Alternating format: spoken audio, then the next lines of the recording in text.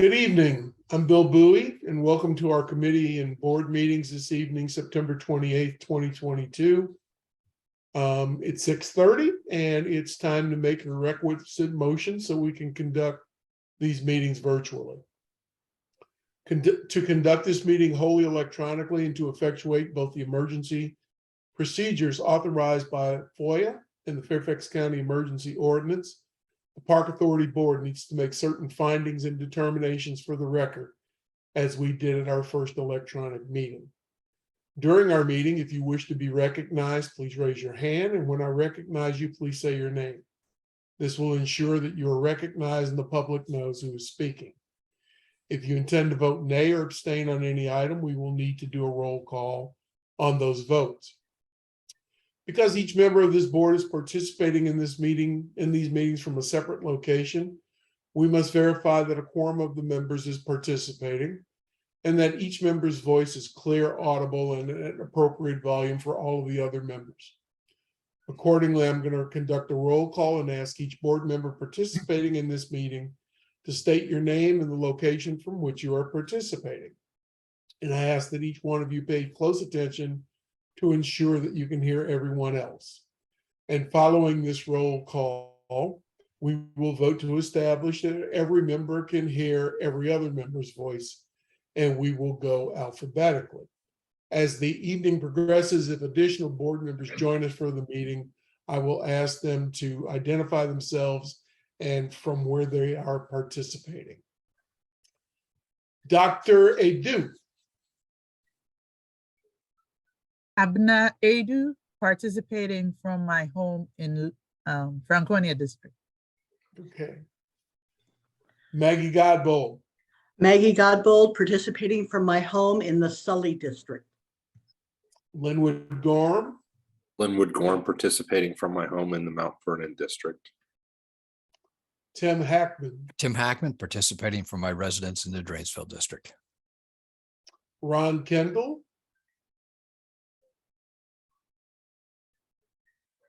Ron. Oh, you didn't hear me. Ron Kendall. Just turned it off. Ron Kendall, participating from my home in Mason district. Thank you. Ken Quincy. Ken Quincy, participating from my residence in the Providence district. Kyle Stone. Kyle Stone, participating from my residence in the Braddock district. Mike Thompson. Mike Thompson, participating from my home in the Springfield district. Jim Zook. Jim Zook, participating from my home in the Springfield district. Is Dr. Cynthia Carter on? Not yet. And is Faisal Khan on? Not yet. Okay. And I'm Bill Bowie, and I'm participating from my residence in the Hunter Mill district. At this point, I will pass the virtual gavel over to Vice Chairman Godbold so that I may be heard to make the requisite motion. I move that each member's voice may be adequately heard by each other member of this board. This is Maggie Godbold. You have heard the motion. Is there a second? Tim Hackman, I second. This is Maggie Godbold again. It has been moved and seconded. Is there discussion? Seeing and hearing none, all those in favor of the motion signify by saying aye. Aye. All those opposed say nay. Mr. Chairman, that motion passes. Thanks, Maggie. This is Bill Bowie. Second, having established that each member's voice may be heard by every other member, we must next establish the nature of the emergency that compels these emergency procedures, the fact that we are meeting electronically, what type of electronic communication is being used, and how we have arranged for public access to this meeting. Therefore, I move that the state of emergency caused by the COVID-19 pandemic makes it unsafe for this board to physically assemble and unsafe for the public to physically attend any such meeting, and that as such, FOIA's usual procedures, which require the physical assembly of this board and the physical presence of the public, cannot be implemented safely or practically. I further move that this board may conduct this meeting electronically through Zoom. It is so moved. This is Maggie Godbold. You have heard the motion. Is there a second? Tim Hackman, I second. Thanks, Tim. This is Maggie again. Is there any discussion? Seeing and hearing none, all those in favor say aye. Aye. Any opposed, say nay. Mr. Chairman, the motion is approved. Thank you, Maggie. I appreciate it. It's Bill Bowie. Now that the preliminary matters are complete, we can begin the budget committee meeting, and I will turn it over to Chairman Ken Quincy.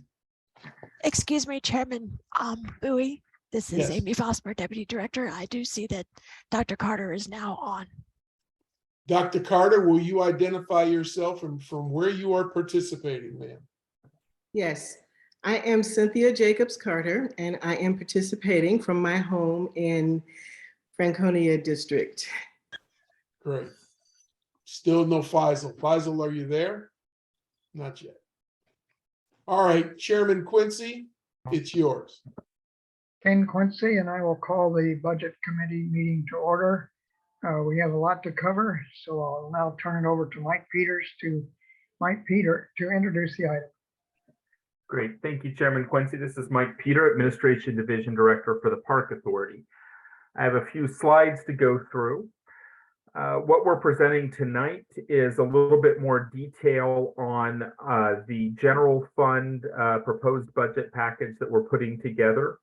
As we discussed at the last meeting, we presented the overall items, and after reviewing the public comment received and having internal discussions with leadership in the department, we have put together from the staff perspective the prioritized list. We've also added dollar amounts to these so we can have further discussion as we go through this process.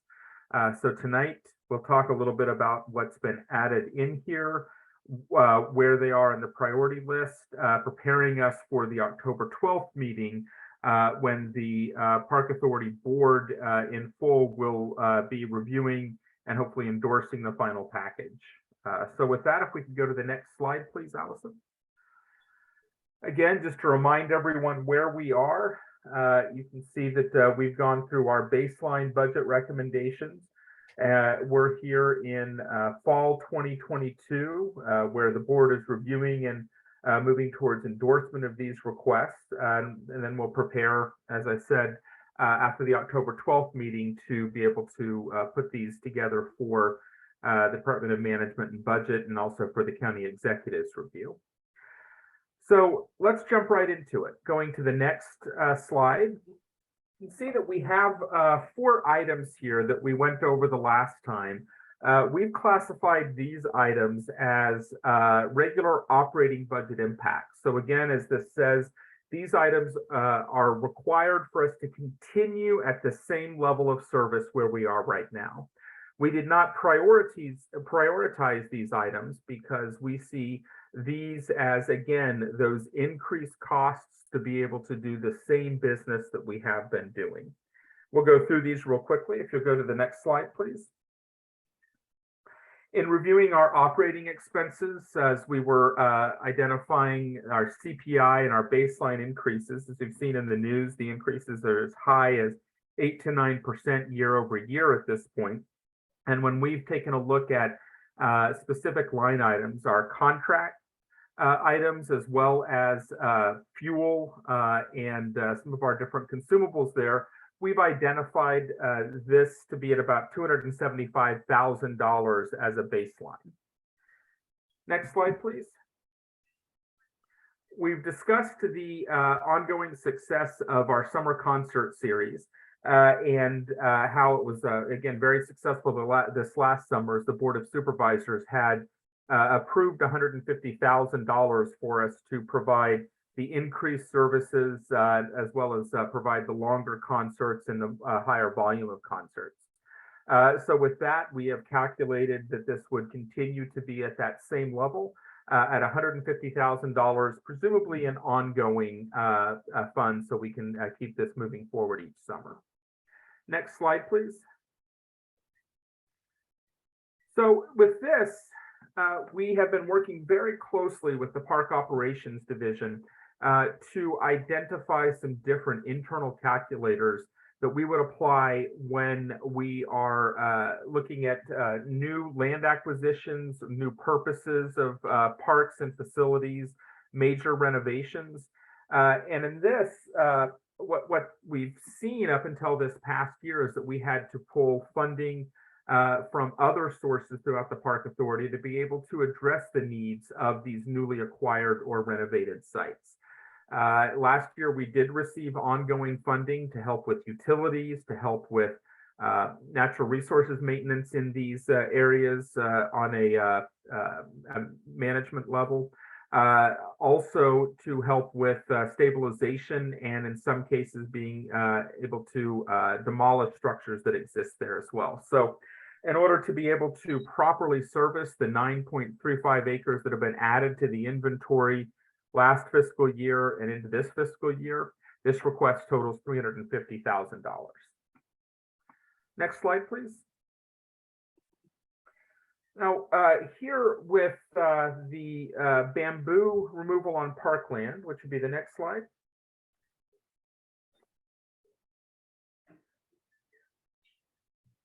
I think it's coming right up there. So here with the bamboo removal on Parkland, again, we've talked about this, that we estimate that there's currently about 200 acres of running bamboo that we did not plant, but is on FCPA property.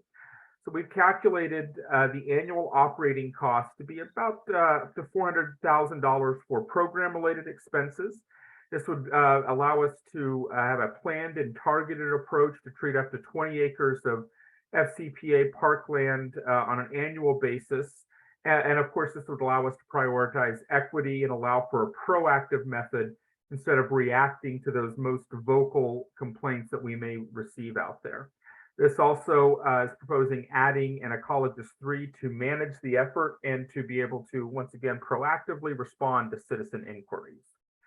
So when we look at these 4 different programs here, again, this is the regular operating budget impact. And this ends up being a little bit over $1 million as we've calculated there for us to continue to be able to do business at our current levels.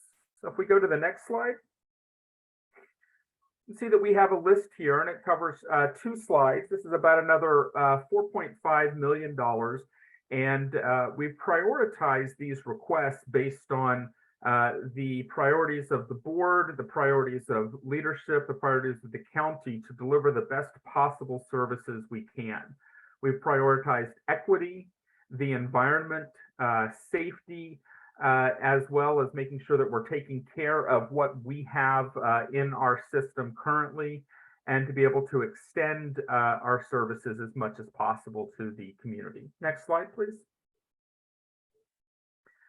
You see the second part of this, we do have those 2 administrative requests that we talked about last meeting there that are bringing up number 9 and 10 in terms of being able to put together the systems to support all of these other efforts as well.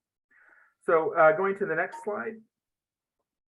You'll be hearing tonight from our equity consultants. And with this, we still don't have a package, a dollar amount to put together here. We have been working with our consultants on this equity request. And we will be pulling this together based on the presentation and further discussion that we'll be having.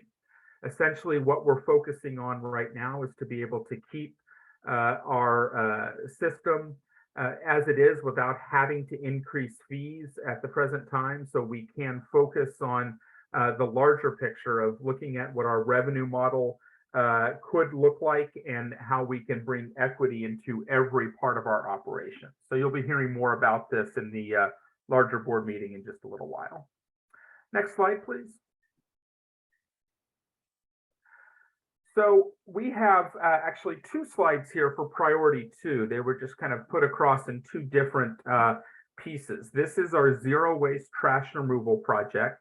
When you combine this with the Parks Recycling Initiative, we have a program here that would allow us to add emptying and hauling services across our different parks. Right now, we are actually not able to empty and haul away trash and recycling in all of our parks on a regular basis because we have staff who are also devoted to other services during the week. They're taking from those activities to be able to clean up as necessary. So we're looking at putting together crews. That would be a total of 12 merit and 12 non-merit maintenance positions that would be able to take care of this throughout the week and the weekend.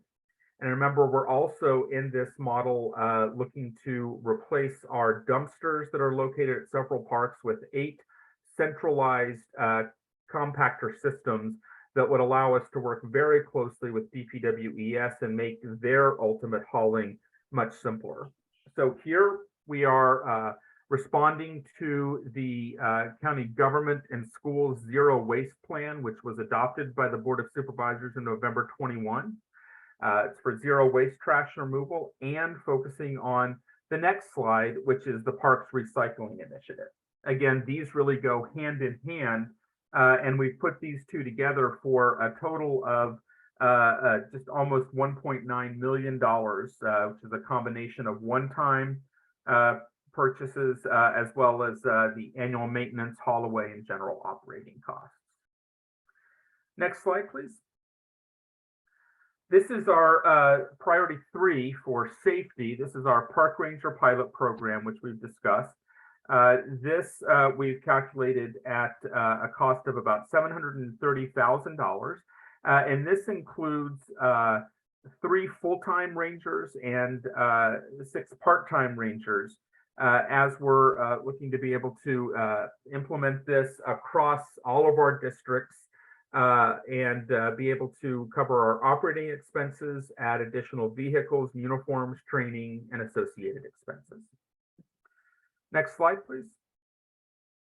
Our 4th priority is activation staff, and this is primarily focused on bringing what we offer in all of our sites and our facilities to the community, being able to activate local parks with events, and to create that sense of place and longing or belonging.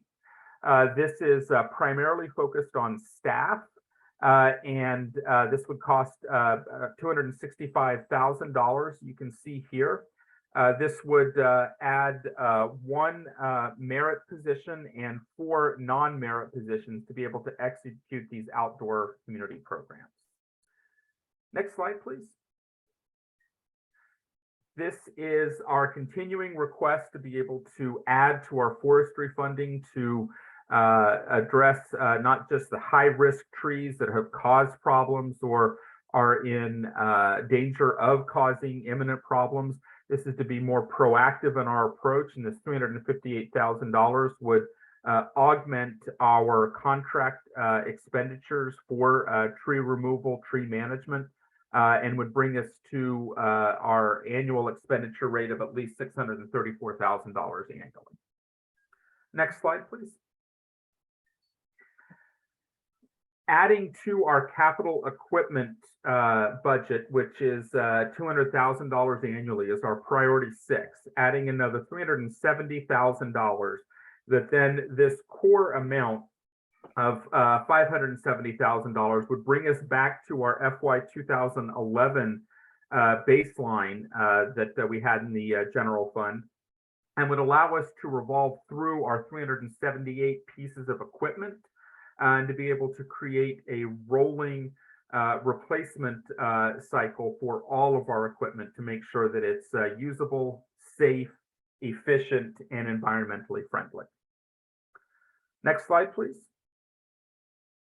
So with priority 7, we've talked about our mobile nature centers and that this is the perfect project to work closely with our foundation partners to raise support for the actual vehicles. We've calculated that the additional staff needed would cost approximately $135,000 for us to be able to deliver the nature center experience into our communities. Next slide, please. Priority 8, adding to our interpretation and translation services budget. This is solely contract services we use. The county has contracts available for this, which would allow us to provide interpretation and translation services in all of the major languages which are spoken and also communicated via written method throughout the county. Next slide, please. That first year of adding in additional licenses for the asset management program would be focused on $100,000 in the first year. And then when we're at full implementation, it would be up to $330,000. So this includes the first year and also includes adding in the help desk technician who would help focus efforts on our asset management software system. Next slide, please. And then finally, our priority 10 is IT services support. This is adding in a general help desk technician and adding to our baseline laptop allotment for our computer replacement program. And when we have more than 2,500 employees at our peak, we can see how this could definitely help all of those other priorities throughout our system. So this comes in at $191,247. So all of those priorities are at about $4.5 million. And then just as a reminder, if you go to the next slide, we have the other long-term issue of our synthetic turf field replacement cycle, which we've talked a little bit about this. This isn't one of those priority items because we're the stewards of these synthetic turf fields, but this $2.2 million, we're in discussion with our Department of Management and Budget and our Deputy County Executive on how we can achieve this level through partnering with other agencies, looking at the athletic field fees that are charged, working, of course, with the Athletic Council to identify how we can get to this $4.5 million to make sure that we have uninterrupted replacement for all of our existing synthetic turf fields. And then we add $50,000 each year for any turf field that comes online, which would allow us to save for the replacement at the end of a 10-year cycle. So next slide, please. We have already gone through our June, July, and August items in our proposed budget development. But when we go down to the next couple of slides, this is just a reminder of where we are, that this is the second to last stop in our discussion with the Park Authority Board.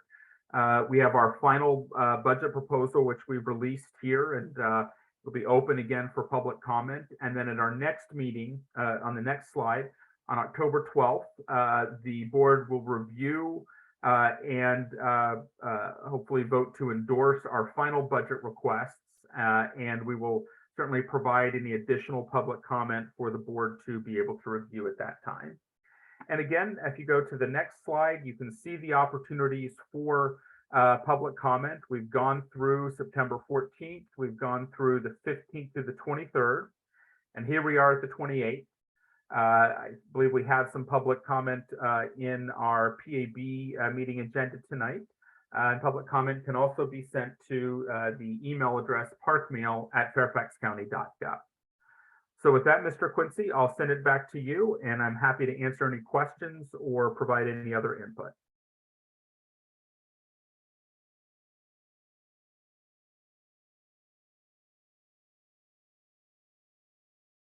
Ken, you're on mute.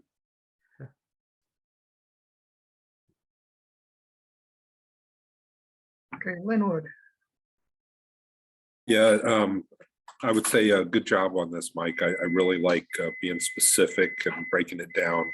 At least my recollection is we're breaking it down a little bit more than we have historically, and frankly asking for a little bit more, which I'm absolutely 300% in favor of.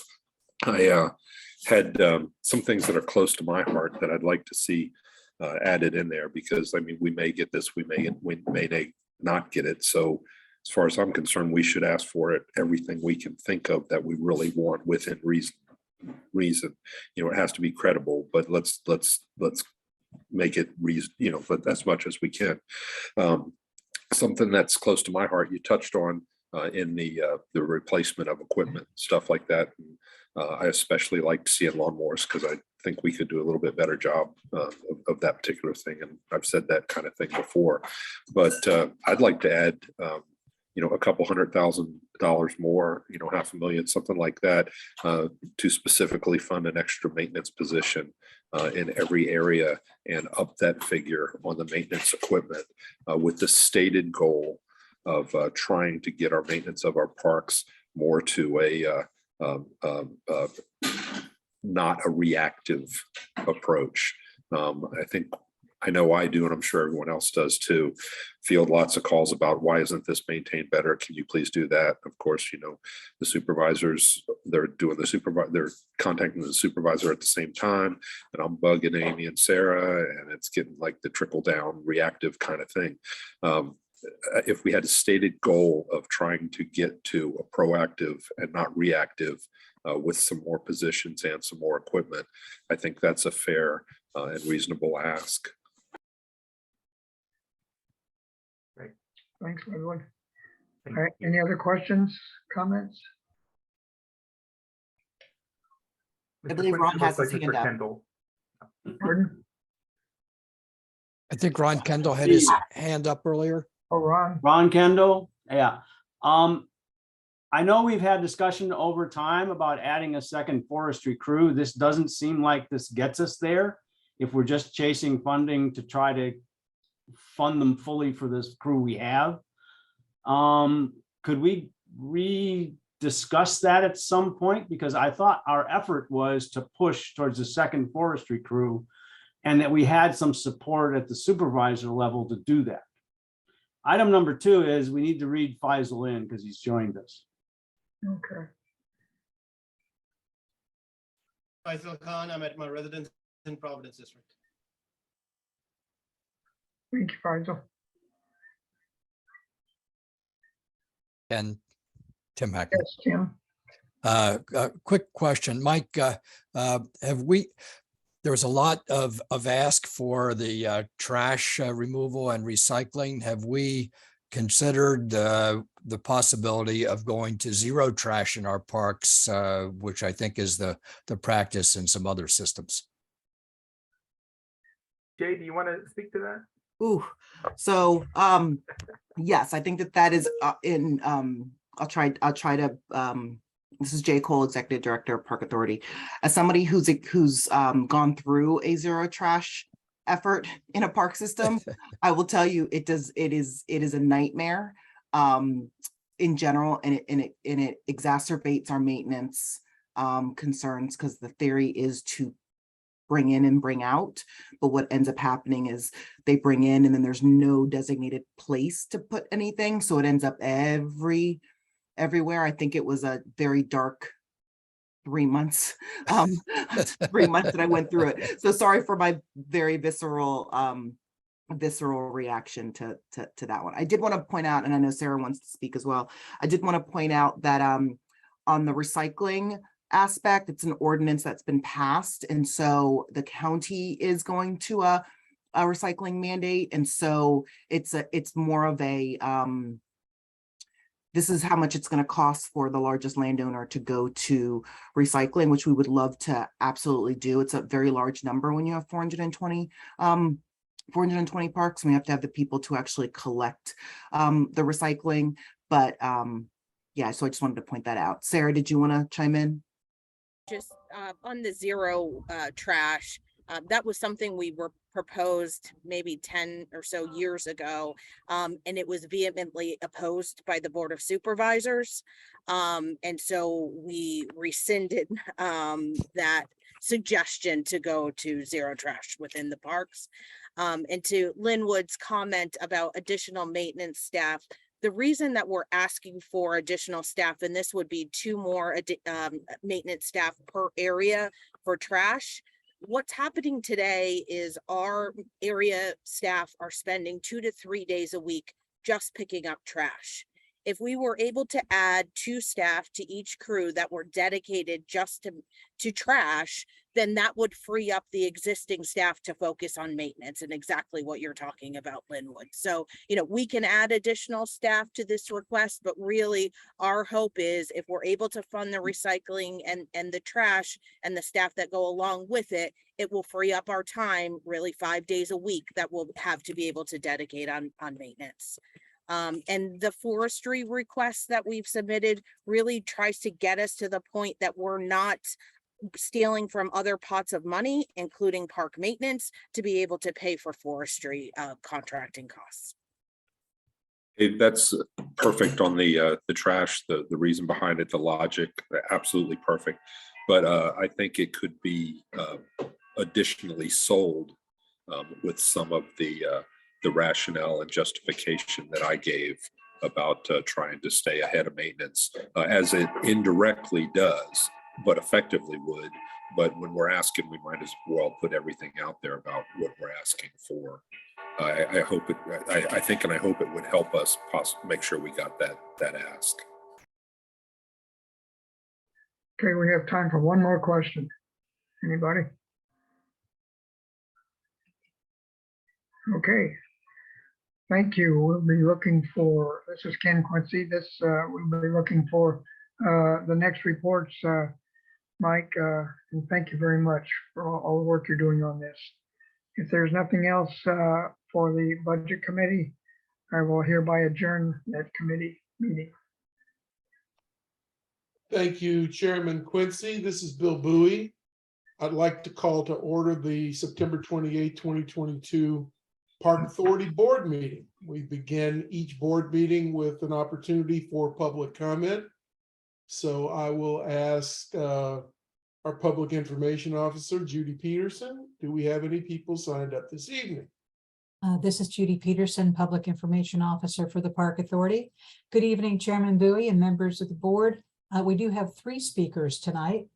Our first speaker is Renee Grebe, and she is speaking on behalf of Lydia Lawrence, who was taken ill, who is the chair of the Fairfax NAACP Environmental and Climate Justice Committee, and she has 5 minutes to speak. Renee, can you hear me? I can. All right, the floor is yours, please. Thank you so much. Good evening, honorable members of the Park Authority Board. As Ms. Peterson said, I'm Renee Grebe. I'm the Northern Virginia Conservation Advocate for the Audubon Naturalist Society, and I've partnered with Lydia Lawrence, who is here today but has lost her voice. So I'm the voice of our coalition. She's as Ms. Peterson said, she's the Fairfax County NAACP Environmental and Climate and Justice Chair. And several other organizations, including the 2 of our organizations, have been advocating for additional funding for FCPA. And so my testimony today represents the priorities of 14 organizations and highlights many of the asks from our September 23rd joint comment letter. Earlier this year, ANS, Fairfax County, NAACP, and numerous other organizations led the charge to help FCPA shift towards a more sustainable funding model that prioritized equity and natural resources. And that advocacy effort resulted in over $750,000 in additional funding for FCPA from the county. More importantly, it helped to highlight to our local leaders that FCPA is indispensable to one Fairfax and equity, natural resources and climate change, and the health and well-being of every Fairfax County resident.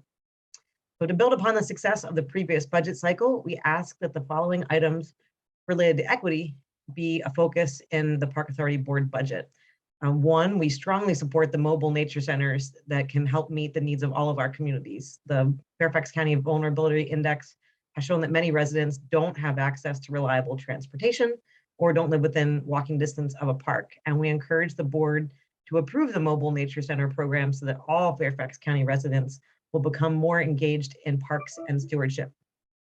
2, we encourage funding of activation staff to more fully engage our communities on their priorities and get them into parks. If equity is an FCPA priority, then having multilingual staff focused on equity and community engagement is paramount. 3, we support more resources to make all FCPA programs accessible to every member of the community in their preferred language, including the IT resources to make FCPA online programs accessible in multiple language, as well as multilingual signs in parks. 4, we believe our parks must be safe, welcoming, and inclusive for all Fairfax residents, and as such, we look forward to providing input on the proposed Ranger pilot program to ensure it supports this vision.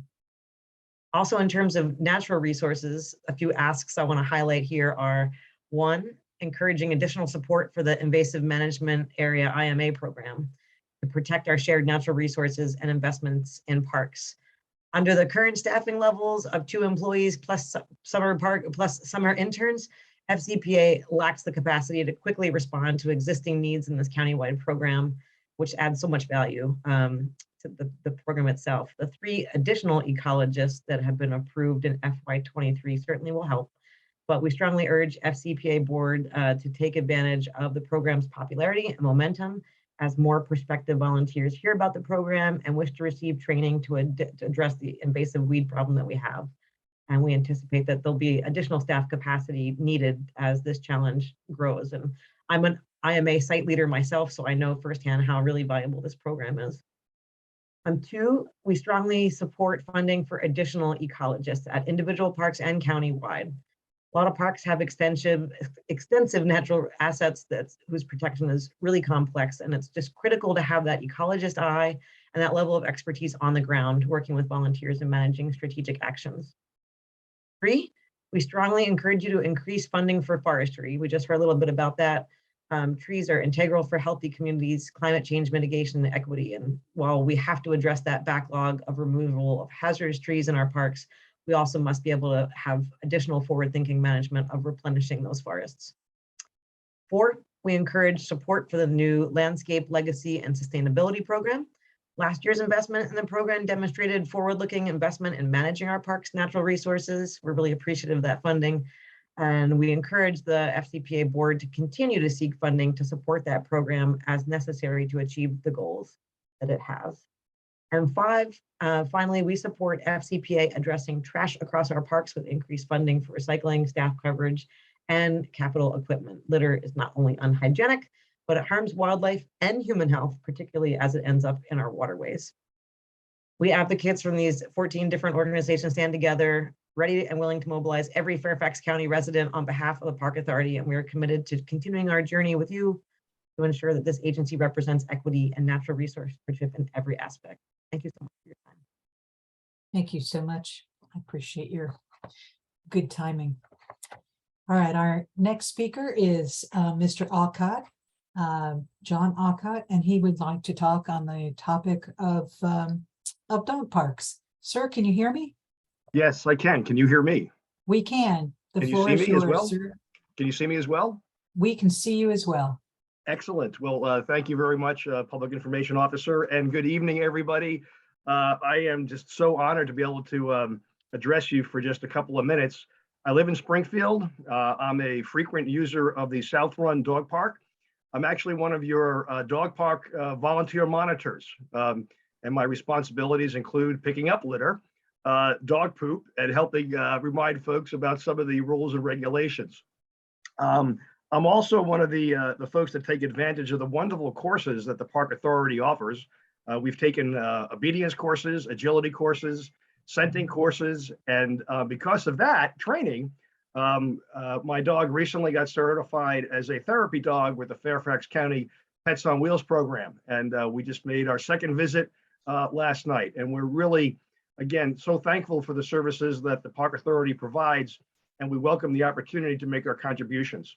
You know, my volunteer position as a park monitor has gotten me in a little bit of an awkward position with my fellow dog park users because they think I have some clout with the county and I can get things done, right?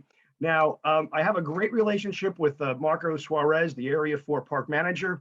He was kind enough to meet with me a couple of times at the park. Julie Tahan, the community volunteer liaison. We're actually meeting again tomorrow night to talk about some things. But tonight, I'm just here to talk about or represent, you know, the park as a citizen, and ask for your help. I hope tonight is the easiest request that you received, not asking for millions of dollars, complicated project plans. I'm asking for some help and guidance on how to implement one of your very own recommendations in the dog park study that you approved last year. And specifically regarding South Run. South Run is one of the few dog parks that do not have a water feature. Now, again, my colleagues at the park think I can get lights installed because I'm a county, you know, monitor volunteer. I can get other things installed, but I don't know where to start. You know, as I said, I have a great relationship with the local staff, but I'm just hoping that somebody, perhaps on the board that has a dog, can give me some guidance on which direction to go in as far as perhaps kicking off this project. Maybe somebody on the staff tonight can give me some guidance. And I want to emphasize that I've got a great team with me. I've got an architect, an engineer. We even have general counsel, a fundraiser, grant writers, and we're willing to come together as a community and contribute to this project. In somewhat poetic justice, there's actually a Fairfax County Water Authority facility, pumping station, just 100 feet from the dog park. And some of our construction managers that go there say, oh, this should only take a couple of $1,000s to install a water fountain. Others have said, oh no, you've got to go through the woods, under the road, out to the middle of the sport fields where the water main is, and that's going to be $100,000. Without having some information, I can't have intelligent conversations about, fundraising contributions. And again, I don't know where to start. Is it a form? Is it an email? Something like that. So I'm just looking for some help. Your PIO has my contact information, and I really hope that somebody could join me. So generally, the board does not comment during the meetings, but your testimony is part of the record. And I'm sure that somebody will follow up with you. As you said, I do have your contact information, and we will forward it to the director's office for attention. All right. Thank you very much. We appreciate your comments. Last but not least is Toddy Carnes, who is the facilitator of the Fair Parks Initiative, which is a collection of friends groups who are advocating for the budget. Ms. Carnes, can you hear me?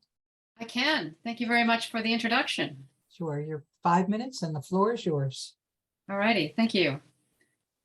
Well, as the facilitator of the Fair Parks Initiative, I am here tonight, I know, in the company of other park friends, including yourselves, as people dedicated to ensuring that the Fairfax County has a world-class park system.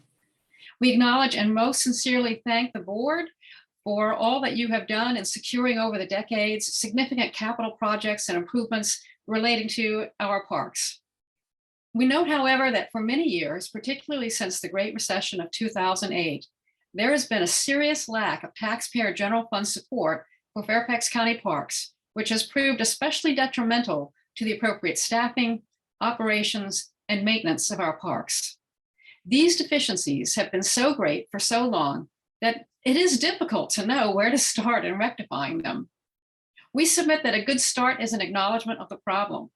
We are pleased that the FCPA is now undertaking a major funding study aimed at resolving its untenable financial straits in a way that brings greater equity to the park's public accessibility.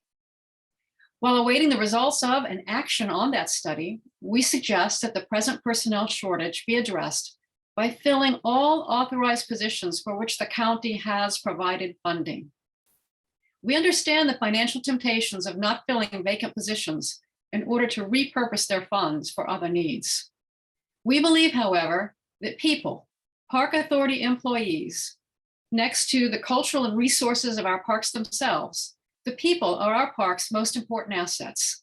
So funds allocated for people should be spent in support of FCPA hires. Additionally, if we are to be successful in our advocacy efforts to secure county funding for more park positions, all positions already being funded by the county must be filled. Last year, the county responded to our arguments to fill vacant park positions by noting that all general fund positions had been fully funded. In other words, we had no basis for complaint.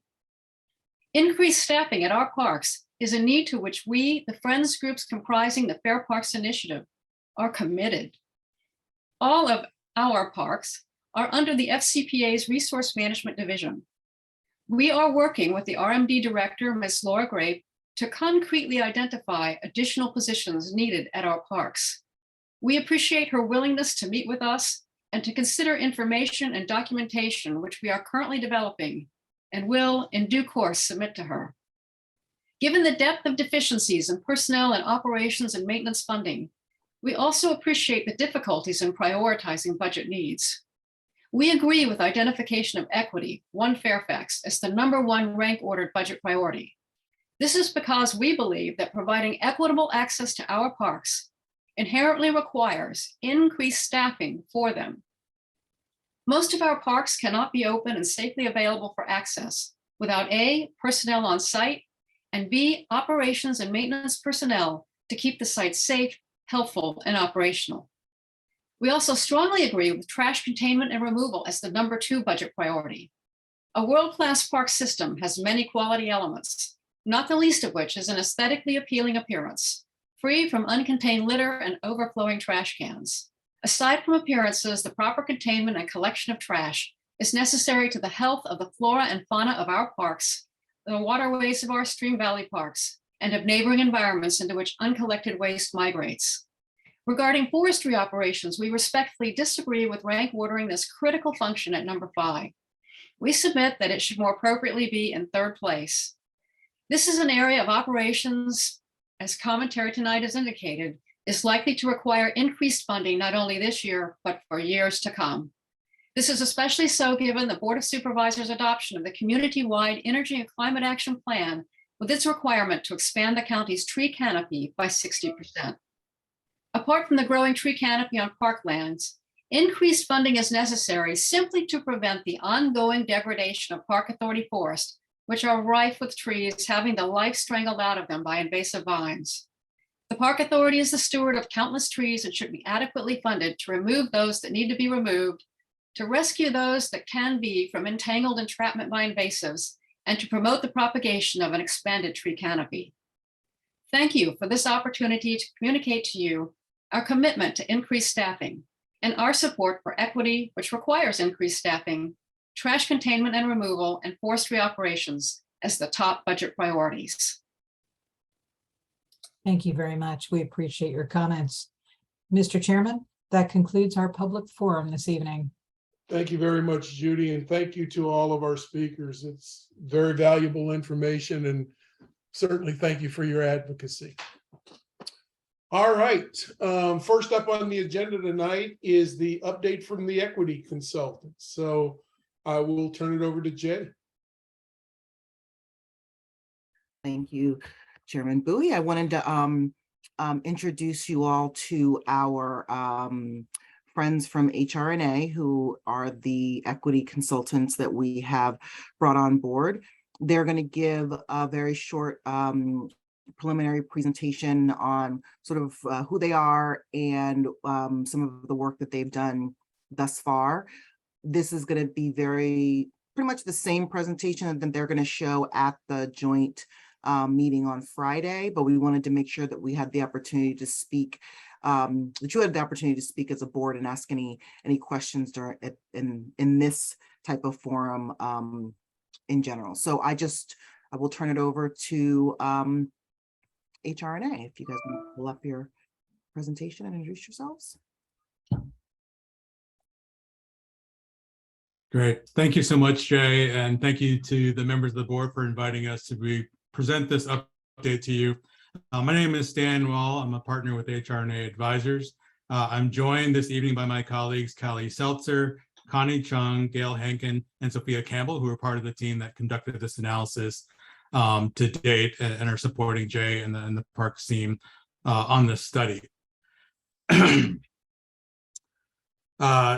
start off this evening, I plan to walk through an introduction of HRNA and our scope of work, provide some background on typical parks funding sources and the county's current sources that are being employed, discuss the concept of recreation for some to frame the equity challenges facing Fairfax parks, provide benchmarks to illustrate how the county compares to its peers, both in the region as well as nationally, and then finally conclude with takeaways and next steps to guide you on kind of where our analysis will go from this evening. So to start, HRNA Advisors, we're real estate policy and economic development consultants. And actually, can you all see the full screen? It looks like it's cut off for me. If you can zoom out a little bit, Gail. Is that better? Or is it looks still like cut a off? full screen unless it's cut off. It looks at like the a full bottom. screen to me. I can see the whole. You got It the full was screen? fine before. Okay, it's just my own screen. Sorry about that. HRNA is a real estate policy economic development advisory firm, and we understand both Fairfax County, but we also understand the transformative benefits of parks and recreation. We are national experts on parks and recreation and open space and evaluating and designing for equity. And again, we also have extensive experience in Fairfax County and a deep understanding of the county's needs. to walk through a handful of examples of our past work. On behalf of the Pittsburgh Park Conservancy, we developed a benefits case for restoring Pittsburgh parks based on the equitable strategy of the Parks Conservancy. This prioritized investment in parks and neighborhoods in need and was generated to garner support for a ballot initiative that support raising taxes to support parks investment. The Buffalo Bayou partnership is another great example of our recent work. Buffalo Bayou is a nationally recognized developer and operator of Houston's celebrated 160-acre Buffalo Bayou Park, which was completed in 2015 and has become one of the country's great urban green spaces. Building upon this success, Buffalo Bayou sought to extend the Greenway network along 4 miles of waterfront east of downtown to catalyze broader neighborhood revitalization in a predominantly industrial and post-industrial landscape disconnected from surrounding communities. We created an investment framework report that assessed the existing conditions, defined a vision, key priorities, and next steps for Buffalo Bayou's activities in the East Sector. And we were very excited to learn that this work helped Buffalo Bayou land a $100 million contribution to advance implementation of this project. So again, the work that we do for these parks and park systems, is geared toward results and geared toward creating support and excitement for investing in parks by both public sector as well as philanthropic investments in those parks. Closer to home, we've worked quite a bit with Fairfax County.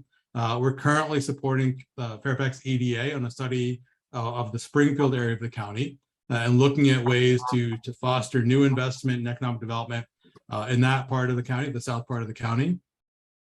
A couple of years ago, we also supported the county in a broader economic recovery strategy to help the county emerge from the pandemic in a stronger way that actually supported broader equity goals of the county at that point in time.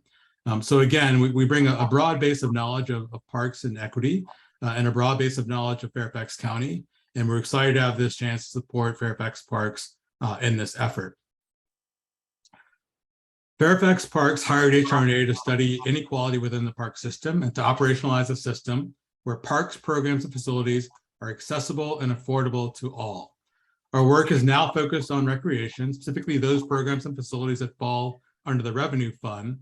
But over the course of the next few months, we'll analyze a recreation system, draw on our national expertise and best practices from peers, and ultimately recommend a strategy to support a sustainable and vibrant system that does not exacerbate the equity challenges highlighted in the July Health and Human Services Committee meeting. Next, I'd like to walk through some background on parks funding sources. Nationwide, parks and recreation operating revenue comes from a wide variety of sources. These sources range from public funding, such as general funds, special taxing district or special levies, value capture through privately owned public spaces, real estate proceeds, paid programs to provide earned income for parks, all the way over to corporate sponsorship for parks. The precise mixture of sources that are employed in any particular system are geared by what is legally possible, culturally possible, and the appetite for risk, as well as a commitment of leadership in funding parks. Fairfax County does indeed receive a small amount of funding from donations and uses some privately owned public spaces for capital development. However, the overwhelming majority of operating funding comes from an allocation from the general fund and for recreation programs from fees and charges. Looking more closely at the detail of the breakdown of revenue sources for Fairfax Parks, when you look at the entire budget, about $48 million or 58% comes from charges and fees. And that basically represents the recreation side of things for Fairfax Parks. It's fairly unusual for a parks and rec system to have so much dedicated to recreation, but actually that also speaks to the robustness of the Fairfax system and the many, the wide variety of services and the breadth and depth of services, afforded to residents, across the county. On the right side, you can see some additional detail on where these charges and fees come from. Notably, the very tiny sliver at the very top of this chart represents RecPac, which is operated from the general fund rather than the revenue fund and is not required to cover its operating expenses through fees. This overall $82 million reflects what Fairfax County Parks can use to operate their sites. And despite the, the goal of Parks for All, going to dive into, the concept of recreation for some and dig into further, the equity challenges that are being faced in the county. First, to start, the $48 million that I cited earlier, that actually supports a unusually robust and extremely high quality recreation system. We've heard from a couple of speakers earlier this evening, about, the world-class park system that Fairfax County has, and that is quite true. With 9 indoor rec centers, with pools, fitness centers, gyms, class space, 8 golf courses, water parks, ice skating rink, skate park, and much, much more. The offerings that Fairfax County provides try to complement the private industry. And as you can see by these photos here, the product that the county provides is on par with and sometimes exceeds, the quality of private providers. So again, the county truly is, seeking to and achieving the delivery of a world-class park system. The county's operating model, however, fully supported by charges and fees, has allowed the county to continue to provide a significant and robust public amenity to some residents. Faced with limited tax revenue, many municipalities have moved expensive revenue out of the general fund and limited programs and facilities. Some have divested from recreation, others spun off recreation centers to be managed by private groups and nonprofits. In Fairfax County, the revenue fund model was put in place in 1979, which means that these, many beautiful facilities and classes must be supported entirely by fees charged to customers who use them. When that decision was made over 40 years ago, the county was responding to a situation that many other municipalities faced. In the face of limited general fund revenues, recreation was very expensive and was not a priority at the time for many places.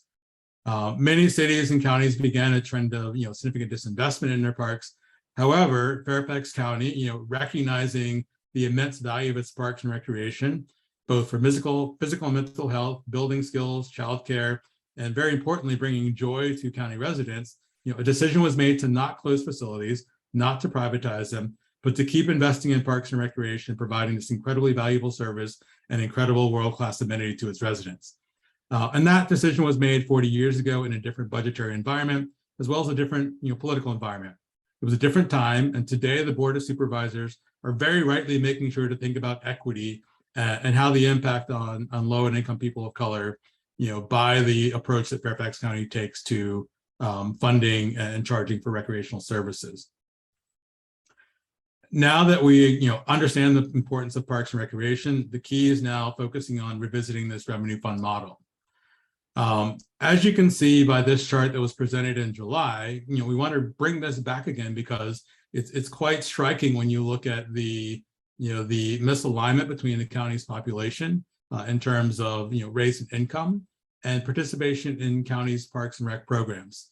The county is approximately 50% white, but looking across program offerings, 68% of classes are white population. There's 69% white participation in summer camps, 79% in terms of rec center membership, and 82% in terms of golfers. And again, those percentages do not align with the broader distribution within the county.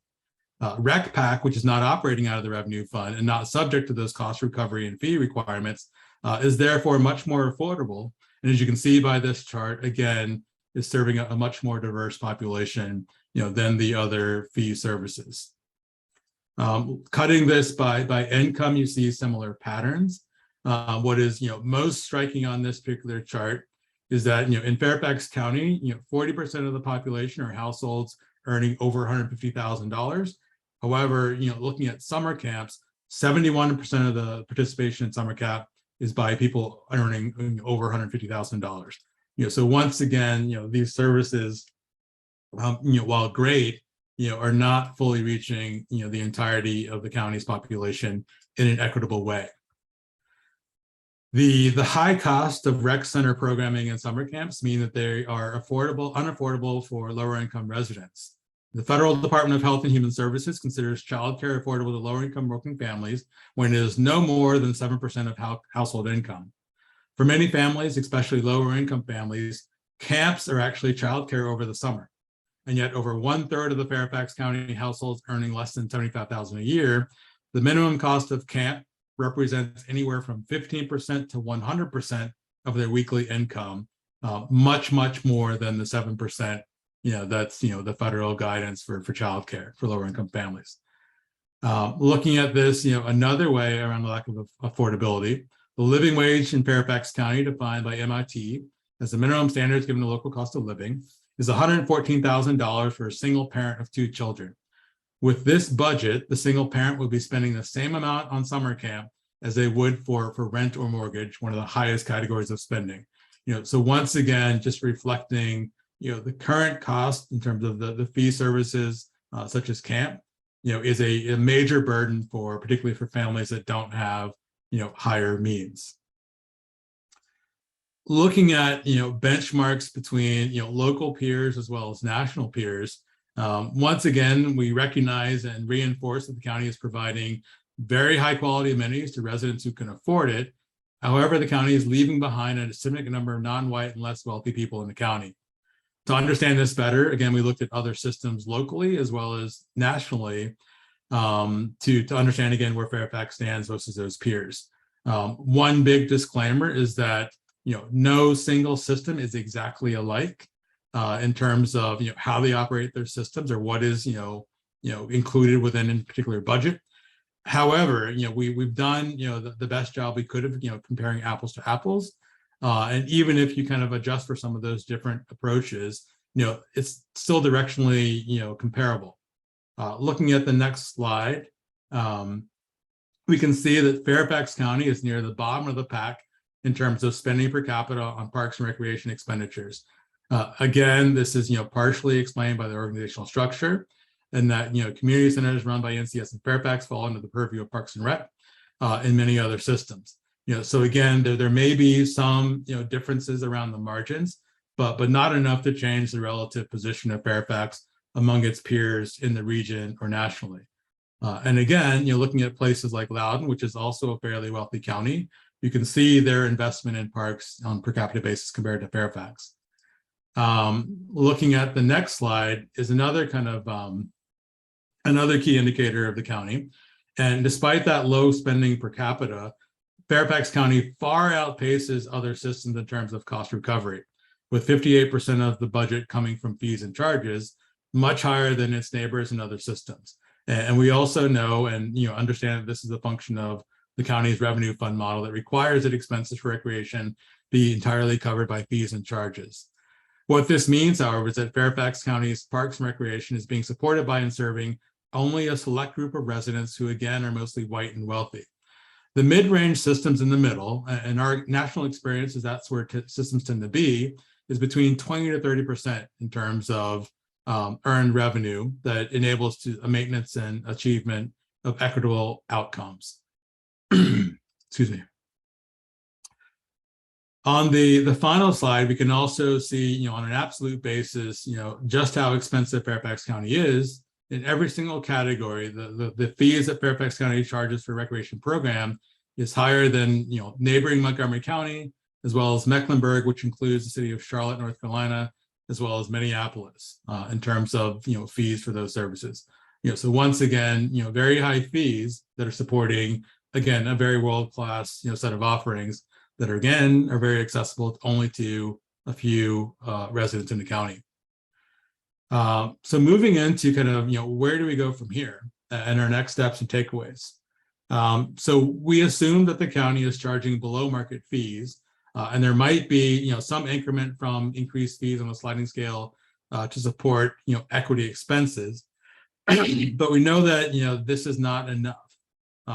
This is not drawn on the scale, but just meant to illustrate that if we did adopt a sliding scale to increase revenues, it could help somewhat, but we'd also have increased expenses due to increased participation in these programs, but still not enough to cover the gap in terms of providing services on an equitable basis. There's only a very small amount of money available to cover equity expenses, as represented by the stripe blue, and this includes the $1 million that Fairfax County currently spends on scholarships to help achieve some degree of equity. On the next slide, we see this as an insufficient solution. Raising fees for wealthy residents and using a sliding scale will be insufficient in addressing the system's equity problems. It will take additional resources to administer a fee scale, in terms of, understanding, verifying incomes, having reserved spots in popular classes. It will be difficult to administer that type of program. As we showed on the prior diagram, increasing fees is not going to solve the equity problem on its own. And while the revenue model remains in place, decisions about equity will still be constrained by the need to retain fully paying users. If we're relying upon fees from higher prices from fully paying users, if the golf course is subsidized reduced fees for some kids in basketball classes, then when the green needs repair, that will still take priority to maintain revenues from those fee paying users. So again, it's still, maintains inequity in the system by that model. Meeting the equity goals outlined in the One Fairfax plan in Parks and Recreation will require additional revenue. A stronger scholarship program and sliding scale fees are important parts of the solution, but they alone, again, will not solve the problem. As we continue our analysis, we'll want to investigate other funding sources from some of the categories that we listed earlier in the presentation, including allocating more funds from the general fund, exploring implementation of special taxing districts or dedicated tax revenue streams, and removing the county direction that the revenue operating fund must be operating at 100% cost recovery to provide greater flexibility in how the county can actually achieve equity. Looking ahead, to meet the goals of equity outlined by One Fairfax requires, again, additional revenue. In the short term, figuring out this will take time and resources. We don't recommend increasing fees until we have a stronger story about increasing fees will result in greater equity and fairness, and that we've explored the other revenues sources as well. And I think that wraps up our presentation. I'll hand it back to Jay to wrap us up. Thank you, Stan. The reason why in our budget we have had a question mark is because we were getting to this point with HRNA. We are working towards doing the calculations to try to figure out what it would cost for us to not increase our fees while this work is being done.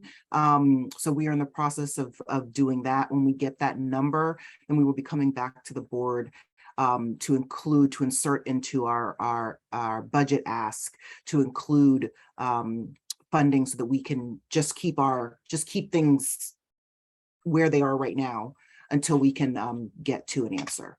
So with that, I will turn it back over to Chairman Bowie for questions. Any questions from the board members? Kyle? Kyle Stone, Braddock District. Stan, can you go back to slide, I guess it's 24, and just explain that very last point to me, remove the county direction that the revenue operating fund must be operated 100% cost recovery, and how we think that maybe is a part of the solution?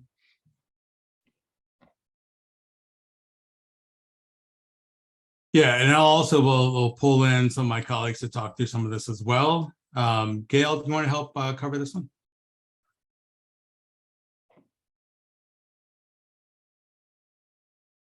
Gail, you're on mute. Sorry about that. Hi, everyone. I think that's a great question. And the key is really to not view the last bullet as an additional source of revenue, but rather as sort of introducing more flexibility in the revenue that you do have, so that Jay and her team are able to make decisions about investments that best support the needs of all residents.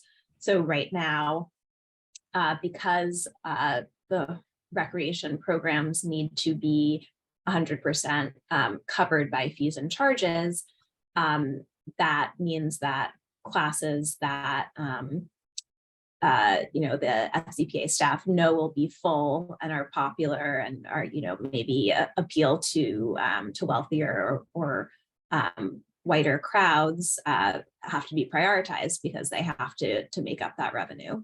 So if they were able to sort of use general fund money or other funding sources in a more flexible way, I think that would go a long way in allowing some of these equity priorities to take center stage rather than being kind of guided solely by the need to cover expenses with fees and charges. Jay, does that I don't know if there's anything you wanted to add to that additional context. No, I think that while we're going through this process, I think that there's oftentimes a lot of confusion about the mandate to cover our fees 100% through cost recovery. When the revenue fund was originally created in the beginning of our rec centers, that was the, you know, the county's going to pay to build them, but then they're going to be 100% revenue. And that was, you know, that was what happened in the 80s, and that was fine. With the recession specifically, one of the strategies in order to continue to have a rec department and was to move a lot of things from the general fund over to the revenue fund. So I think a lot of things have gotten a little bit muddied, and we cover a lot more through the revenue fund than I think most other places do. And the way that I describe it is, I think if you talk to other jurisdictions and they say we're 100% revenue funded, and we say we're 100% revenue funded, those two things aren't the same. And if you hook them up to a lie detector test, Montgomery County, they would say that their enterprise is 100% revenue funded, but it's not, because the HR and the budget and the toilet paper and the janitor and all of those other things that people don't think about are covered through a general fund. And so I think that it's just sort of that whole 100% cost recovery as to how do we really define that in terms of things that actually go towards, let's just take golf, everything that happens towards actually playing the game of golf might be 100% cost recovery, or how much it goes into taking a golf class or whatever it is, but maybe not, you know, the mowing and the electricity and other aspects. So I think we just need to sort of work through that whole thing through this process. So I'm going to explain it back to you to make sure I understand. But basically, it's not, I'm going to ignore the bullet point and just put it in my own words. It's more reconfiguring what is considered maybe supported by revenue fund and what should be supported by the general fund, right? That's basically what we're talking about. Okay. Correct. Okay, I'm done. Thanks, Kyle. I'd like to make a comment, please. This is Jim Zook. Sure, Jim. Following up on Kyle's observation, maybe the way he actually worded that ought to be worked on instead of this bullet, because the bullet actually, to be implemented, requires the first two bullets to happen, and maybe other things. So, you know, however that might be expressed, so that this doesn't leave the impression that the third bullet will actually increase income, you know, funding for the park system. Thank you. Thanks, Jim. Anybody else? Yeah, this is Mike. Yeah, go ahead, Mike. Mike. Yeah, just three quick things. First, I'm going to go kind of in reverse order, because I think the last one, Jay may I just didn't understand something you said. First, I know, at least as I recall, we have some additional revenue that's going to come online because we will have finished debt payments on some of the golf facilities. And I'm just wondering if we should be thinking creatively about that. And one of the for different kinds of reasons, but I just seem to recall that there are some debt payments out there that go away in the next, like, I want to say next 2 or 3 years that we ought to be thinking about. Second, a couple of years ago, and Bill, you'll have to, I don't remember exactly when we did this. We went through a massive study and looked at all of our rec centers and talked about the need to invest in them and all these things to maintain them and, you know, be as successful with them and whatever else. So I know that we met with each individual supervisor about that and all the rest of it. So I would just, as we go through this process, hope that we would circle back to that plan that we developed at that point, and that we met with the supervisor. I think we've had to have some new supervisors at this point, but that we met with a number of them and stuff. I hope we hook back into that, because without, as I recall, without significant action relatively soon to start trying to make sure they're kept up to par, they actually began to become money losers. And one thing that causes all of these discussions to become more difficult is if things which are assumed to be money makers all of a sudden become money losers. That just makes the need for resources, how you get them, how you get from it, all becomes far more difficult. So I would hope that we would consider and hook back into that. And then Jay, I apologize. I just didn't fully understand what you were saying about the budget request. I had assumed the budget request, is that to keep HR&A doing what they're doing? Or you said to keep something going. What is it that we're talking about keeping going until we figure something out?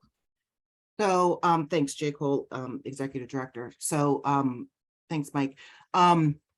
This work, the final, the determination of what the sort of answer is or where we're going to go with is not going to be done within this budget cycle. But because of a lot of factors, CPI, increased staff costs, a lot of things, we do our calculations every year for fees for the year. And we would be, because of all of those things, we would be headed into increasing fees again through this year. And you saw the slides before. So because we don't have a solution to present as a, this is what we're thinking of going, what they're saying to us is at the very least, we need to stop the bleeding just while we're doing this work and not increase costs. So what we're doing is we're doing our normal calculations that factor in all of those things to determine what we need to hit in order to stay solvent through the revenue fund. Take the delta that we would normally push on to the user fees and make that into a budget ask. So our costs, our prices stay level while this work is being done. Okay, thank you. And this is Mike Thompson. Thank you. That clears it up for me. I apologize. Thank you. Yeah, and the debt service going away, Mike, I just wanted every year, and I say all the time I like to compliment staff, when we run a business, we have to hire the best in order to do all of the fancy dollar work. So they calculate all of that on a yearly basis. So it's not about taking it from here and then going up. When those debt payments go away, then we would factor that into whether or not we raise or whatever cost. So it's not we would calculate that every year to figure out where we need to be. Yeah, no, this is Mike Thompson. The reason I brought it up was that in the past, there's been discussion about how that additional losing that expense, i.e. having additional revenue to do something with, there's been talk about different ways to use that. And I'm just suggesting that some of the things we're talking about could be prioritized as ways to use that potential revenue instead of some of the things that have been talked about, over the years leading up to these decisions. That's all. The big number, Mike, is years away. The Laurel Hill, we did cut down on the time frame, but we still got quite a few years to go on that. Ron, okay. Kendall? Yeah, I think my interest in the strategy you're putting together or the points you're putting together is I'd like to actually see the real metrics that go along with the things that we're going to be recommending we do. Because if we can't measure it, then we can't know what the impact is over time and how or when we're going to get to the result we want. So as we develop the strategy, I'd like to see the metrics before we apply it so that we can have that discussion. So I'm not sure how we're going to measure this. All right, anybody else? Okay, thank you very much. Great presentation. Thank you. Okie doke, on to administrative items. Admin item number 1 is the adoption of the minutes of the September 14th, 2022 Park Authority Board meeting. This is Maggie Godbold. Assuming that's a motion, I second the motion. Any discussion? All those in favor say aye. Aye. Any opposed say nay. That motion carries. Action items in the Mount Vernon District, A1, scope approval, the playground replacement and related work at Manchester Lakes Park. Mr. Gorham, would you like to make a motion?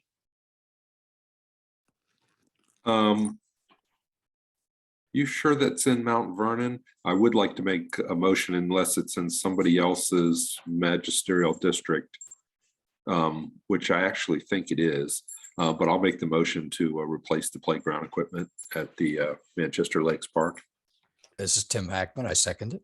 Is there any discussion? All those in favor say aye. Aye. Any opposed say nay. That motion carries. I was going to ask, is that a part of Franconia District? That's what I thought. It And is. follow-up. Yeah.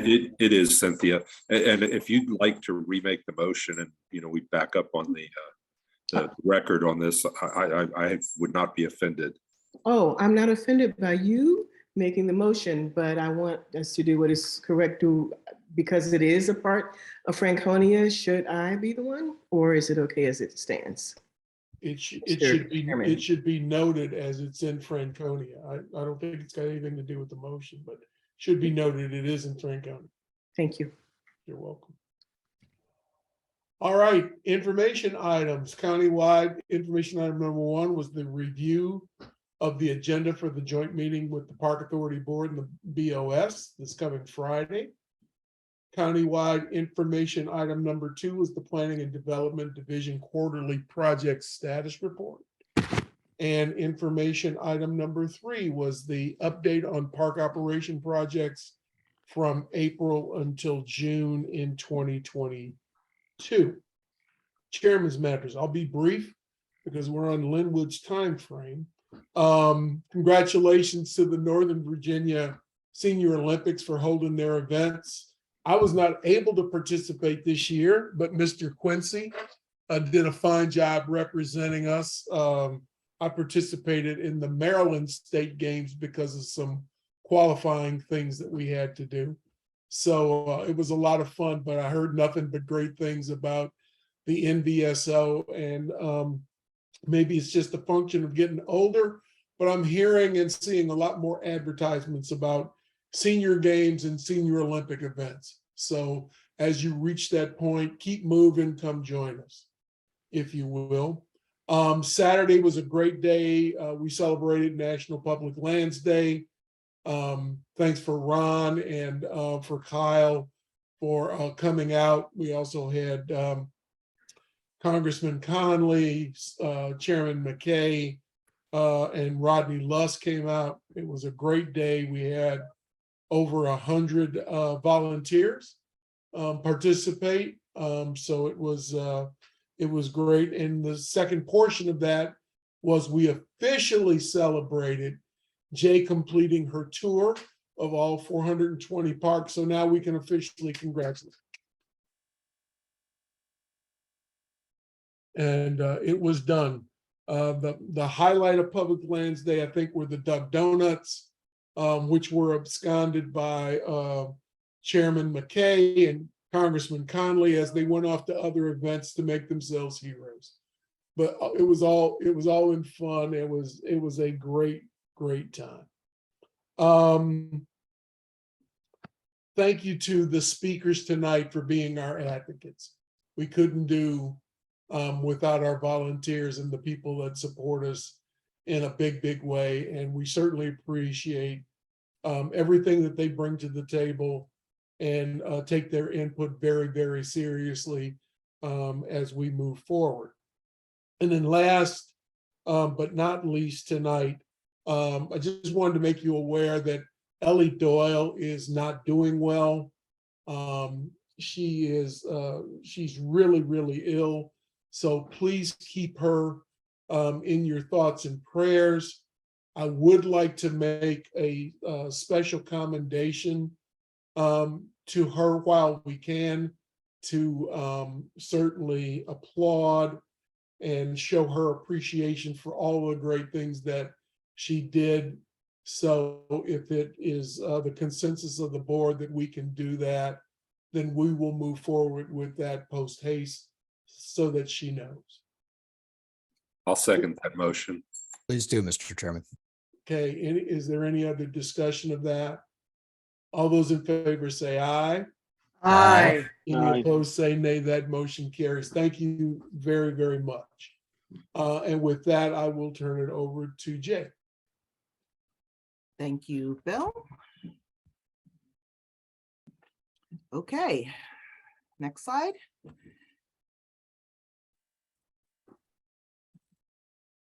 As Bill said, here's some photos from the event. I think it was, I want to say it was over 150. It was great. We had people doing weed pulling. We had people planting trees. I love the fact that the tree planting happened in the front when you first come into Lake Fairfax, so people can come back and visit the tree that they planted.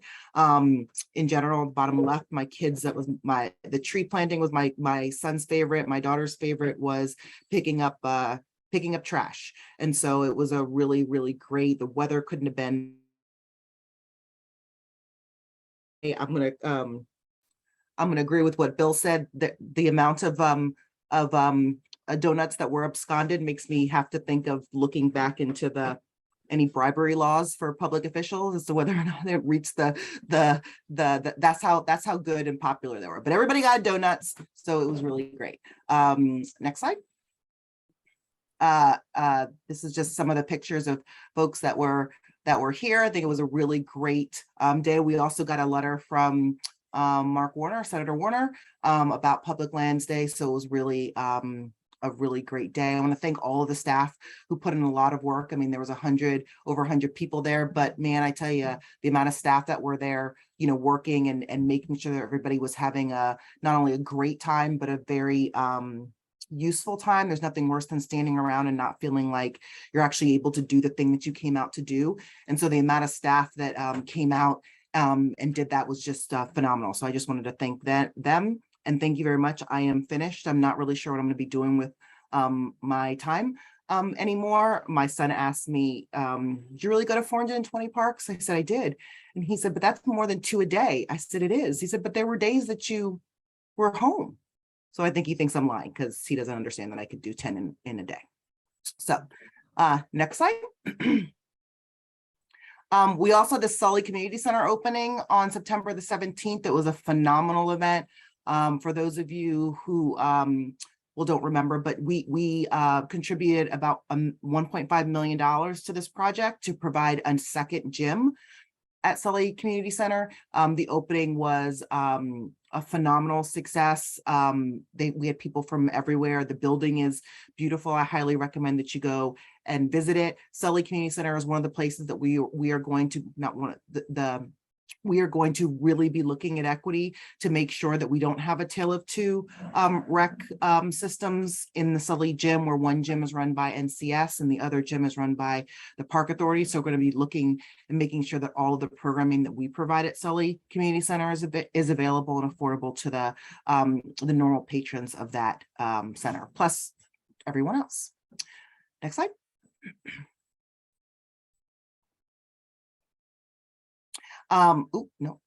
We had the Oak Hill Open House event, and we can see a couple of our frequent flyers here on these photos. It was a phenomenal event as well, with really great turnout. I can't see who's on my thing will not let me. Walkinshaw. So Walkinshaw and Kyle and the community really came out and enjoyed that event as well. Next slide. So Northern Virginia Magazine recently named Scotts Run as Nature Preserve and Huntley Meadows Park in their top 5 places to see fall foliage, which is pretty awesome that we got 2 of the 5 places to see fall foliage. So I'm very excited about that designation. Next slide. So this is a late entry, but it was a phenomenal day today. I got to spend, that's one of the reasons why I love my job. I got to spend the entire day today out at the rodeo, the rodeo event. And next year I'll be sure to send it out to invite anyone who wants to show up to watch our staff. It's an event where DPWES, parks, and schools maintenance get together, and they have a whole lot of competitions on the large equipment. And so they had, I'm not going to name them all. I know the names for all of the equipment. Trust me that I do, but I'm just not going to name them in order to get us out in time.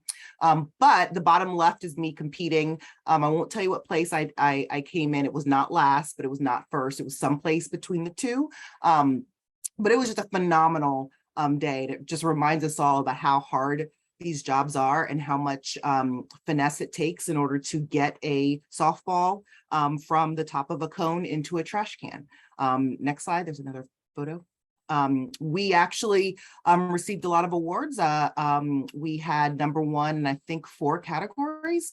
One of the categories is an official designation. There are official people who are there who are judging the events, and when you win certain events, you actually get to go to the Mid-Atlantic region, and you continue to go. It is a very serious thing, and when you look at them, you're just in awe watching these men and women who do zero-turn mowers. I'll get you a list, all of them. It was just a phenomenal day. It ended at about 2:30, 3 o'clock, and we scrounged together to put these slides together because it was just a great time. And that is the last slide. Thank you. All right, Dr. Adu. Thank you, Chairman. I'll pass. I won't. So Dr. Adu, for all you board members, is a YouTube star. And if you have not had the opportunity, you need to go out to YouTube and subscribe to In the Know with Dr. Adu. I recently watched the last one that she just had, which is really, really cool, where she interviewed Dr. Ingrid Guerrera, and it was a fantastic interview. I think it's well worth your time. So just wanted to let you know that all of us are among TV royalty here. Congratulations. And don't spend all those royalty checks in one place. Dr. Carter. Thank you. Dr. Carter. I am in awe. So congratulations and kudos. That's all I have. Okay. Thank you very much. All right, Jim. Thank you, Mr. Chairman. I'll pass. Mr. Quincy.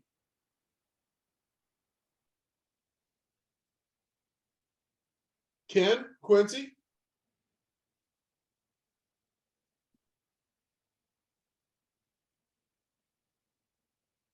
Are you there?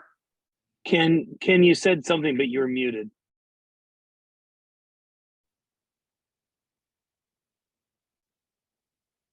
It won't unmute. There you go. You're unmuted now. Okay, I don't know why it muted itself. Must have been something I said. I'll pass, Mr. Chairman. Well, thank you, sir. Thank you, Mr. Chairman, it might be helpful. I discovered some time ago, Ken, if you hit your spacer bar, it will unmute you for whatever period of time you're holding it down. So maybe that's helpful. Oh, okay, thanks. Thank you. And there was a mute gremlin that muted us all during the presentation. So, Kyle? Nothing for me. Thank you. Okay. Linwood? I'll pass also. Maggie? I'll pass, Mr. Chairman. Thank you. Michael? Yeah, I just want to thank Jay, Sarah, the rest of the staff that were at the Sports Tourism Task Force meeting, not only for the presentations and for the active engagement there, but I know that there's a whole lot of work that happens before you walk into those meetings for that given amount of time. So thank you for all the support you're giving to the task force. Faisal? All right, kudos to Abena and Jay for the achievement. And also one quick suggestion that we can probably come up with a sign language or something when the mute is not working, we can just say pass. Tim? Tim Hackman, thank you, Mr. Chairman. I pass. All right. Well, Ron Kendall. You missed me, yeah. No, I didn't. I did have a good time on Saturday, and I found my calling. I think it's digging holes. All right. I'm also going to be attending this Sunday, the 20th anniversary celebration of the Master Gardeners program at Green Spring Gardens. The Master Gardener program is all over Fairfax County. They work at the farmers markets. But I think home base for them feels like Green Spring Gardens. So I'm going to join them for their 20th anniversary. Great. Thank you, sir.